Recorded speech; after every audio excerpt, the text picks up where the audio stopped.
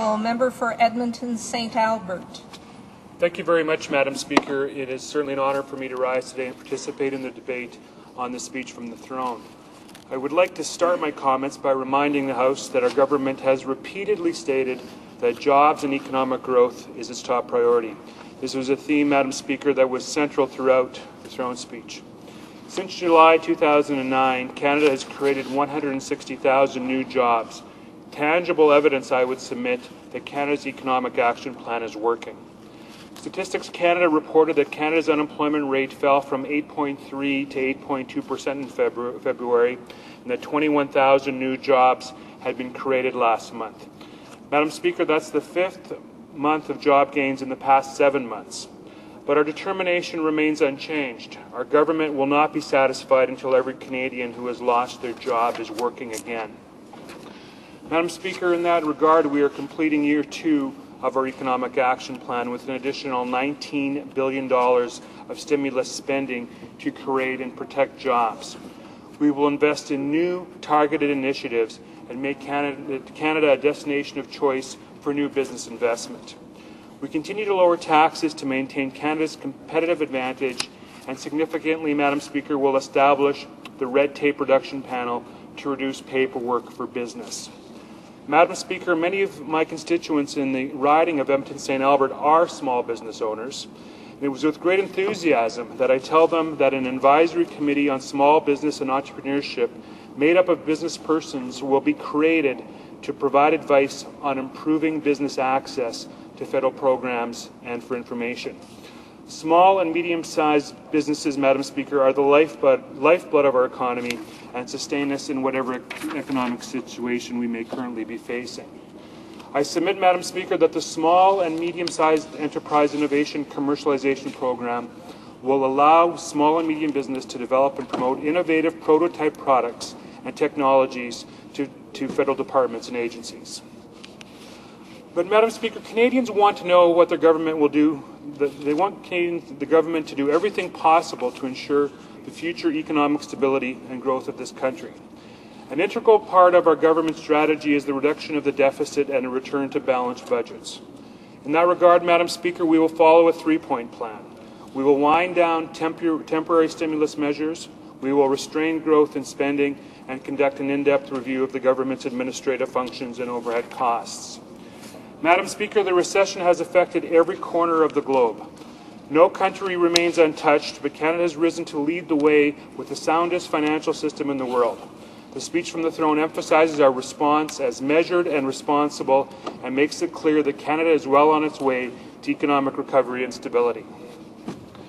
Madam Speaker, the focus of the throne speech may be the economy and job creation. However, our government remains just as committed to its Safe Streets and Safe Communities agenda. The government has addressed the issues of crime by bringing forward legislation mandating prison sentences and ensuring that criminals serve the sentences they have been given.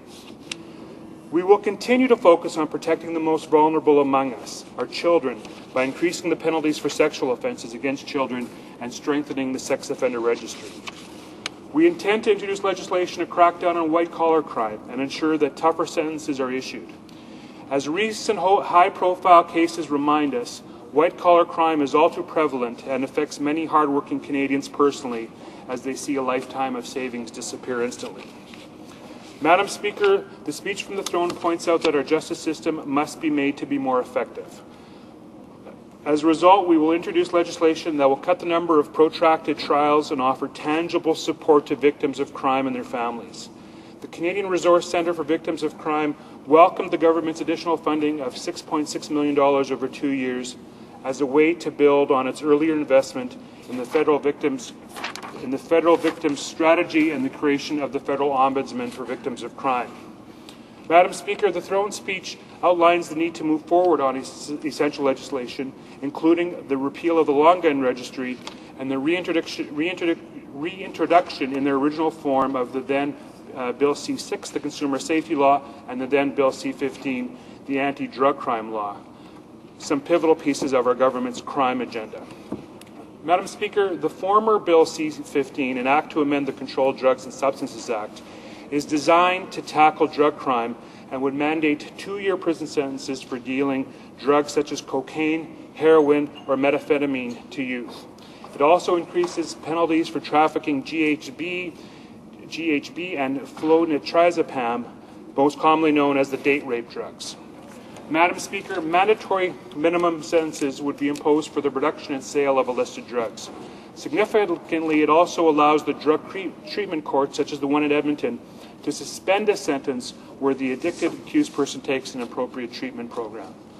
Drug treatment courts encourage the accused person to deal with the addiction that motivates the criminal behavior and break the cycle of crime to further their drug addiction. New offences would be created for gang-related drug offences, as well as drug offences which are specifically targeted towards children, such as selling drugs near our schools. The Honourable Minister of Justice has said that these measures are a proportionate and measured response designed to disrupt criminal enterprise. Drug producers and dealers who threaten the safety of our communities must face tougher penalties. In my view, Madam Speaker, these changes are long overdue. They would send a strong signal to criminals that it is unacceptable for them to put dangerous drugs onto our street. We must protect our children from drugs and other illicit behavior and ensure that drug dealers end up where they belong, behind bars.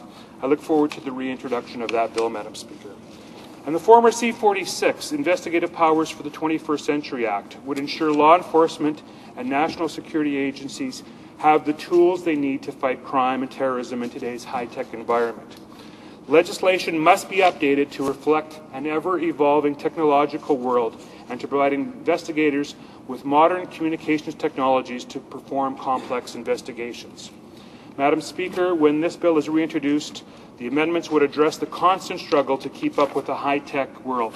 It would create a new offence carrying a maximum penalty of 10 years to prohibit anyone from using a computer system, such as the Internet, to agree or make arrangements with any other person for the purposes of sexually exploiting a child.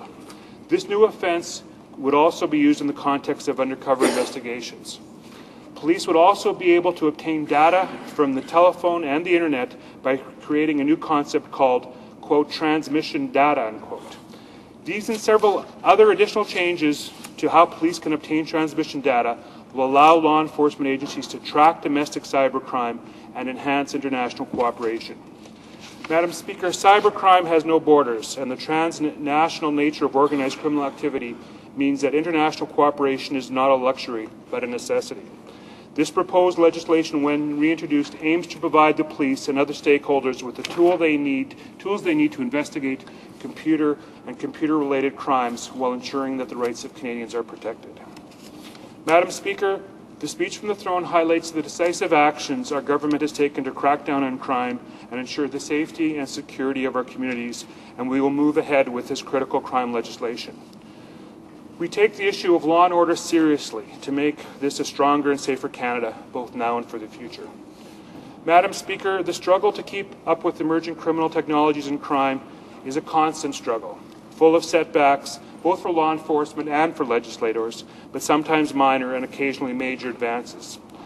But it is a pivotal struggle for lawmakers because the laws that we debate and pass in this House must be premised on preserving the safety and liberty of law-abiding citizens. As indicated, Madam Speaker, it is a constant and pivotal struggle. But in the words of Thomas Jefferson, one of the authors of the U.S. Constitution and defender of liberty, eternal vigilance is the price of liberty. Thank you, Madam Speaker. Question.